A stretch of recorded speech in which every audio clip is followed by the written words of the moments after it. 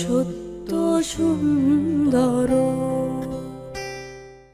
যখন সে জন্মালো আসলে সব বাবা মার তো আসলে একটা সন্তান জন্ম নেয়, সেটা অনেক সাধনার একটা বিষয় থাকে। সেই জায়গায় যখন জন্ম নেয় তখন আসলে আপনার কখন বুঝতে পেরেছিলেন এবং তখনকার অনুভূতিটা কেমন? আমি আর কি ওর এই অটিজম যে ওর এটা আমি বুঝতে পারছি 5 বছরের বয়সে, যখন ওকে কিন্ডারগার্টেনে স্কুল দিচ্ছি তখন আর কি দেখি ও স্বাভাবিক বাচ্চাদের সাথে মিশতে চায় না, তখন আর কি আমরা বুঝতে পারি। তখনকার অনুভূতিটা আপা আসলে কেমন ছিল?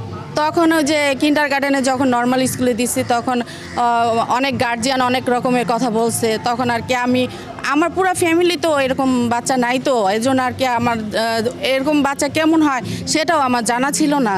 তখন আর কি অনেক খারাপ লাগতো, বাসায় এসে সবাইকে বলতাম যে আজকে এই গার্জেন এই কথা বলছে, ওই গার্জেন ওই কথা বলতেছে যে ওরে এই স্কুলে দিছেন কেন, ওদের ধরনের স্কুলে দেন, ও তো এখানে পড়তে পারবে না। তখন আর কি মাইনে নিতে অনেক কষ্ট হয়েছে। আচ্ছা আপা, এই যে দেখছি যে চোখের পানি চলে আসছে আপনার, সেই জায়গা থেকে আসলে আপা সমাজে আসলে এই যে শিশুগুলোকে আরও বেশি সুযোগ সুবিধা দেওয়া উচিত, সেই জায়গা থেকে সেটা পাচ্ছে না, উল্টো তাকে আসলে বিভিন্নভাবে হেয় প্রতিপন্ন করা হচ্ছে। এটার জন্য আসলে সমাজকে আপনি কিভাবে আসলে কি চান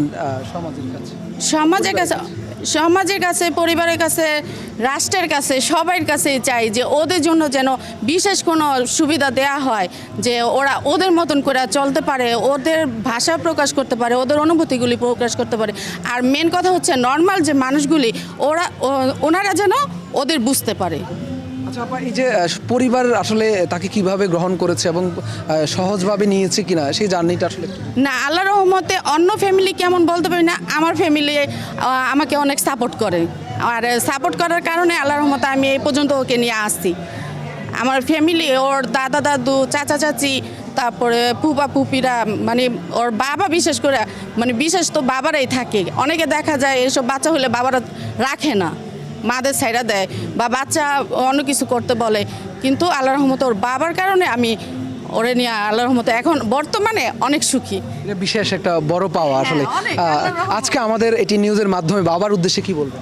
বাবার উদ্দেশ্যে তো অবশ্যই বলবো যে ওর বাবা যদি আমাকে সাহায্য না করতো সর্বদিক দিয়ে, তাহলে তো মনে করেন আমি ওটা নিয়ে সম্পূর্ণভাবে অচল হয়ে যেতাম।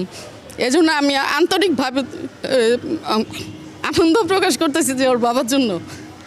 অনেক মাশাআল্লাহ, অনেক বড় একটা সাপোর্ট আপনার জন্য। সেই জায়গায় আসলে আমরা দেখি আমাদের সমাজে যারা ফ্যামিলির বাবাটাই হচ্ছে মেন। বাবা যদি সাপোর্ট না করে অন্য কেউ সাপোর্ট করতে চায় না, যেটা সত্য কথা। আমরা নর্মালি যেটা দেখি যে অন্যান্য যে প্যারেন্টসরা থাকেন তাদের ম্যাক্সিমাম মায়ের একই কথা যে আমি যখন থাকবো না তখন আমার সন্তানের কি হবে। সেই জায়গা থেকে আপনার এমন কোনো চিন্তা কাজ করে কিনা? না, এটা তো চিন্তা সবারই কাজ করে, আমারও কাজ করে। আমি ইদানিং একটু সিকও আছি, মানে আজকে আমি সিক, কিন্তু তারপরও আমার ছেলের আমি একটা অনুষ্ঠানে উপস্থাপন করার জন্য আমি যতই কষ্ট হোক আজকে ATN বাংলার নিউজ, হ্যাঁ, এই জন্য আমি উপস্থিত হয়েছি যে না, আমার ছেলেকে আমি দেখাবো যে তোমাদের নিয়েও কিছু হতে পারে, এজন্য আসছি। আর আমার অবর্তমানে আল্লাহর রহমতে ওর আব্বু যদি জীবিত থাকে তাহলে অতটুকু আমি নিশ্চিত থাকবো যে আমার ছেলের অতটা কষ্ট হবে না।